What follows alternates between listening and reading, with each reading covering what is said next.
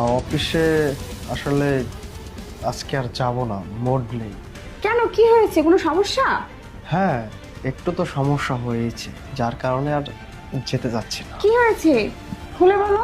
আচ্ছা, তুমি কি আমাকে একটা সত্যি কথা বলবে? হ্যাঁ বলো, কি সত্যি কথা? তোমার আর নয়নের সাথে কি সম্পর্ক? নয়নের সাথে আরে তুমি সব কি বলছো? তখন তুমি ভুল বুঝে একবার আমাকে এই কথাটা জিজ্ঞেস করে ফেলছো। আমি কিন্তু তোমাকে ক্লিয়ার কাট উত্তর দিয়ে দিছি, আবার তুমি একই কথা জিজ্ঞাসা করতেছো।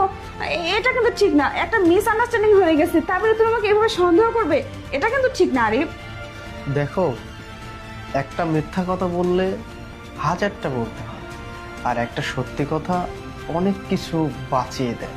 তুমি আমার কাছে মিথ্যার আশ্রয়টা না নিয়ে সত্যি করে বলো যে তোমার সাথে নয়নের সম্পর্কটা কি। দেখো, আরে তুমি এসব কথা না বললেই ভালো হয়। আমার সাথে ওর কোনো সম্পর্ক নেই, তোমাকে বারবার বলতেছি, ও বাড়ির কাজের লোক, ওর সাথে কেন সম্পর্ক থাকবে আমার? ও আচ্ছা, তুমি হয়তো ভুলে গেছো, তোমার সাথে যখন আমি কিচেনে একটু মজা করতেছিলাম তখন আমার ফোন ছিল কানে। আমি ফোনটা ভুলবশত ওখানে রেখে গিয়েছি, আমার ড্রাইভারের সাথে কথা বলতেছিলাম। তুমি মানে আমি যখন ফোনটা রেখে চলে যাই, ফোনটা আমার কাটতে মনে ছিল না।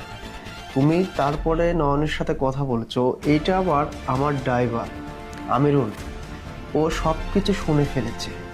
আমি জানি তোমার বিশ্বাস হবে না, যার কারণে আমিনুল আমাকে আবার ওই জিনিসটা রেকর্ড করে পাঠিয়ে দিয়েছে।